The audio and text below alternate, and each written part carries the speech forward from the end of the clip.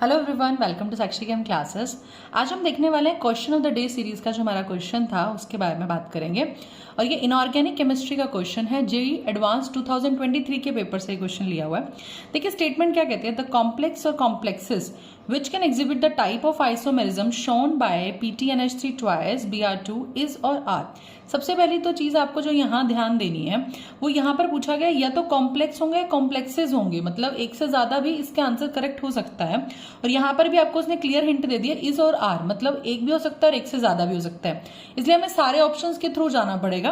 तो देखिए सबसे पहला हमारे पास है PTEN SNC अब अगर हम इसका बना के देखें स्ट्रक्चर, यहां पर अगर आप स्ट्रक्चर देखोगे सारे कोऑर्डिनेशन कंपाउंड्स आपको दिए हैं। इथेन 1,2 डायामीन आपको बताया हुआ है, इसको मैं शॉर्ट में NH और यहां से NH और ये CH2 और CH2 की बॉन्डिंग दिखा दी, ठीक है। और यहां से SCN दिखा दिया और इधर भी SCN हो गया। तो हमें ये तो दिख रहा है कि सिस बन रहा है, बट क्या इसका कोई ट्रांसफॉर्म भी पॉसिबल है? तो यहां से देखते हैं, अगर हमें NH और NH की बॉन्डिंग यहां से दिखाएं, मतलब इथेन 1,2 डायामीन की बॉन्डिंग यहां से दिखाएं, तब भी हमारे पास कुछ ऐसा स्ट्रक्चर आ रहा है। दैट मीन्स सिस ट्रांस इसमें तो पॉसिबल नहीं है।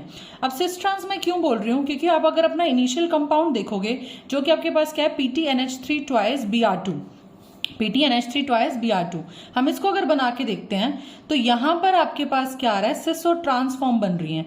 ये हमारे पास क्या हो गई, इसकी सिस फॉर्म हो गई।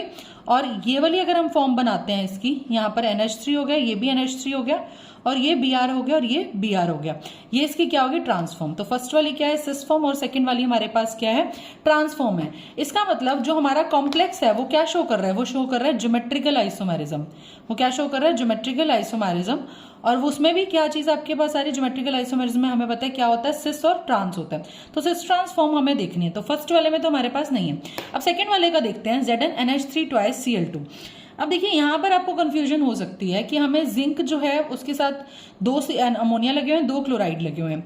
अगर आपको ये नहीं पता कि इसकी ज्योमेट्री क्या है तो डेफिनेटली आप इस आंसर को रॉन्ग करके आओगे। बट आपने जो ध्यान देना है वो क्या है, जो Zn है यहाँ पर, क्योंकि क्लोरीन का -1 ऑक्सीडेशन स्टेट होगा तो जिंक जो है +2 ऑक्सीडेशन स्टेट में आएगा। जिंक की इलेक्ट्रॉनिक कॉन्फिगरेशन होती है आर्गन 4s2 3d10। जब ये जिंक +2 ऑक्सीडेशन स्टेट में आएगा तो इस टाइम पे यहाँ पर क्या हो गया 3d10 कॉन्फिगरेशन इसकी होगी। और 3d10 कॉन्फिगरेशन की अगर हम बात कर रहे हैं तो d ऑर्बिटल तो कंप्लीटली फिल्ड है, मतलब नेक्स्ट जो आपके पास इलेक्ट्रॉन्स आने हैं वो किस में आएंगे, s और p में। तो इसकी जो हाइब्रिडाइजेशन होती है वो sp3 होती है, ना कि dsp2। dsp2 होती है स्क्वायर प्लेनर की, इसकी क्या होती है sp3। और sp3 मतलब टेट्राहेड्रल, और टेट्राहेड्रल हमें पता है कि ज्योमेट्रिकल आइसोमेरिज्म या सिस ट्रांस शो नहीं करते। तो ये वाला जो ऑप्शन है ये भी आपके पास क्या हो गया, इनकरेक्ट। अब हम सी वाले को देखते हैं, इसमें क्या है आपके पास ऑक्टाहेड्रल ज्योमेट्री है, PTNH3 2Cl4। अगर मैंने ऐसा बना दिया इसको कुछ, तो यहाँ 2 अमोनिया लगा दिए, यहाँ बाकी 4 क्लोरीन लगा दिए। तो यहाँ पर ये क्या हो गया, दोनों अमोनिया क्या है सिस पोजीशन में, तो इसका क्या बन गया सिस आपके पास। और अगर मैं कुछ इसको ऐसे प्लेस कर रही हूँ, NH3 यहाँ हो गया, ये भी NH3 हो गया, बाकी Cl जो है ये इस साइड आ गए। तो मतलब on the basis of NH3 we can distinguish it as cis and trans. तो ये सिस ट्रांस शो कर रहा है, ज्योमेट्रिकल आइसोमेरिज्म शो कर रहा है, मतलब एक ऑप्शन तो हमारे पास ये करेक्ट हो गया।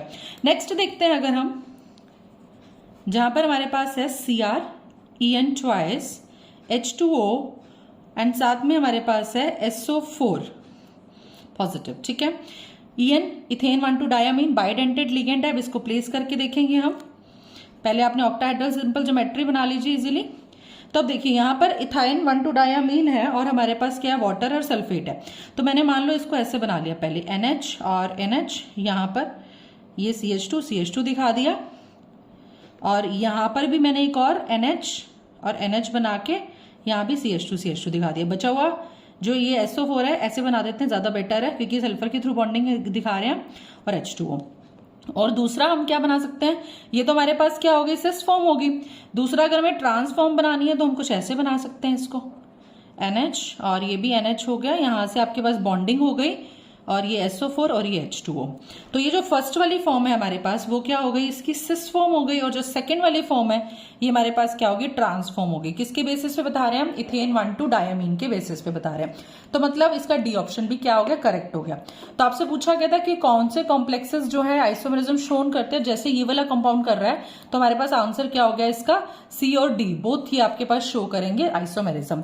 होपफुली आपको समझ आ गया होगा। अब जैसे कि हम एक कॉन्सेप्ट सीखते हैं उसी के पैटर्न पे ही आपको एक क्वेश्चन मिलता है जो आपने ट्राई करना होता है खुद से, ट्राई योरसेल्फ के नाम से।